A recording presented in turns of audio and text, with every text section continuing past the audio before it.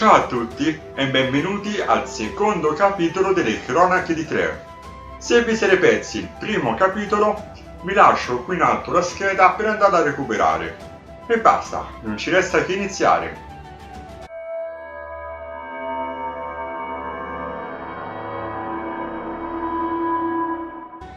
Nel frattempo, in una stanza buia si apre una piccola botola. Da essa uscì la losca figura che si aggirava tra gli alberi. Un fascio di luce entrò da una finestra che si trovava incredibilmente in alto, illuminando una lunghissima fila di libri. Mentre l'individuo si aggirava tra essi, fu attirato da un libro in particolare. Era terribilmente impolverato, ma un soffio bastò per levare quello strato creato da anni di inutilizzo. Era molto bello, ma nello stesso momento incutiva una forte inquietudine. Aveva inciso sulla copertina degli strani simboli che ricordavano delle fiamme. Ai lati aveva delle grosse placche dorate e romboidali e sul lato più esterno vi era una serratura, ma non la chiave. All'improvviso dall'oscurità comparve una mano che afferrò la spalla dell'individuo, che per lo spavento si girò. Era una giovane ragazza con i capelli color rame, riuniti in una malfatta treccia che gli arrivava comoda sulle spalle. Il sospetto era trasandato, con indosso un vestito fatto con pezzi di vari stracci cuciti insieme. «Oddio, Jean-Claude, ma sei tu?» disse la ragazza. «Mi hai fatto venire un tuffo al cuore!» Questo era un uomo con il viso magro e severo, da cui fuoriusciva un lungo naso su cui erano appoggiati dei tondi e polverosi occhiali. La sua altezza era impressionante, ma era solito rimanere ripiegato su una prominente gobba che padroneggiava su tutta la schiena. Indosso teneva un lungo vestito elegante, che si andava a chiudere in prossimità del lungo e rugoso collo. «Aria, quante volte te lo devo dire che non devi venire qui? Se ti scoprono, ci giustiziano tutte e due!» La ragazza si lamentò dicendo di trovarsi in quel luogo semplicemente per studiare.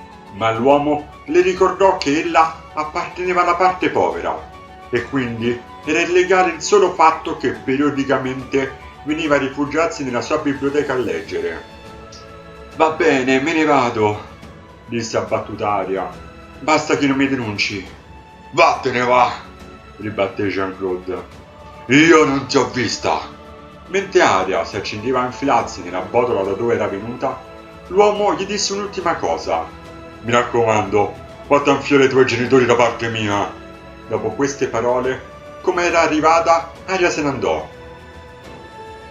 Mentre succedeva tutto ciò, in un vicolo lì vicino, situato tra due locali, un ragazzo bloccava per i polsi una giovane ragazza.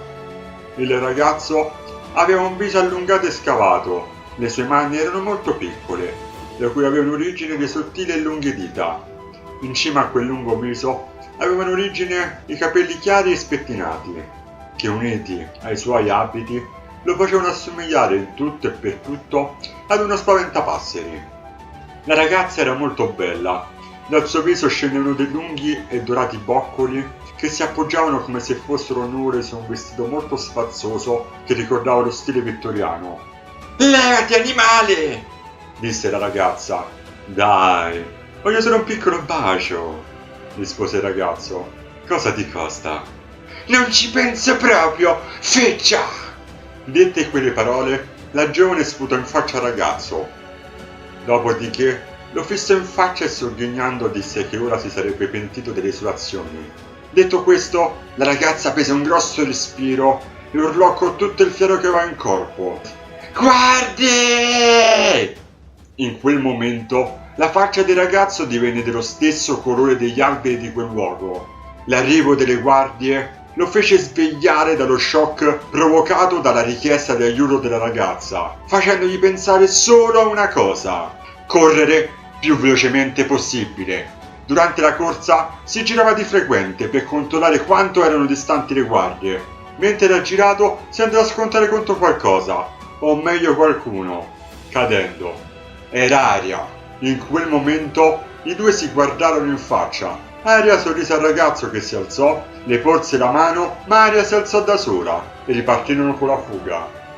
Su una strada non molto distante da lì stava riposando un giovane con il volto coperto da un grosso cappello che impediva di capirne i tratti somatici e con una grossa coperta logora che gli copriva il corpo. Ma qualcosa interruppe il suo sonno, il fracasso provocato dalla fuga dei ragazzi dalle guardie. Svegliatosi, alzò quell'ingombrante cappello svelando dei lunghi capelli che assomigliavano a paglia carbonizzata e degli occhi che ricordavano il colore del suolo di quella città. Guardando davanti a sé, si accorse di trovarsi di fronte a due strade. Da una stavano arrivando i ragazzi inseguiti dalle guardie, invece nell'altra c'erano altre guardie pronte per un'imboscata. In quel momento sorrise, si alzò e andò incontro ai due ragazzi. Appena li raggiunse, li prese per i polsi e li trascinò dietro a dei cassonetti riuscendo così a sfuggire dalle numerose guardie. Appena possibile, i tre uscirono dal luogo che li aveva tratti in salvo e, oltrepassando la suggestiva foresta che caratterizzava quel luogo, arrivarono in una nuova zona di Dread. Bene, anche per oggi il capitolo finisce qui. Scrivetemi nei commenti cosa ne pensate di quello che sta succedendo nella storia, cosa secondo voi può succedere in futuro.